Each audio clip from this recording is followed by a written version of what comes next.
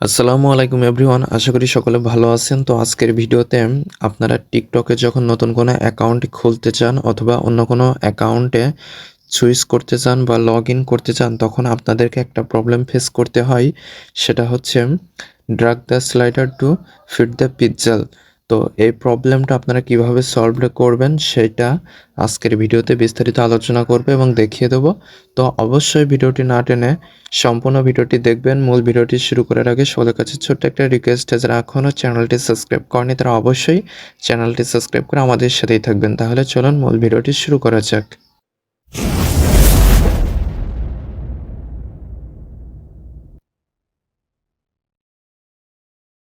তো প্রথমে আমি টিকটক অ্যাপসটিতে চলে আসছি। আসার পর এখানে দেখতে পাচ্ছেন একটা অ্যাকাউন্ট তৈরি করতে যাওয়ার সময় এই প্রবলেমটা শো করছে, drag the slider to fit the pixel.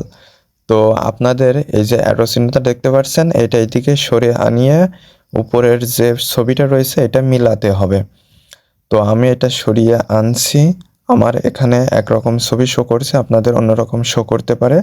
তো একদম যখন মিলে যাবে তখন আপনারা ছেড়ে দিবেন। তো আমি এদিকে ওইদিকে সরিয়ে নিচ্ছি।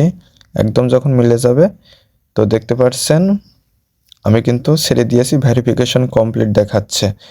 তো এটা মেলানোর ফলে কিন্তু প্রবলেমটা সলভড হয়ে গেল। তো আশা করি মূল বিষয়টা বুঝতে পেরেছেন যে drag the slide to fit the pixel, এই প্রবলেমটা আসলে আপনারা এটা কিভাবে মেলাবেন।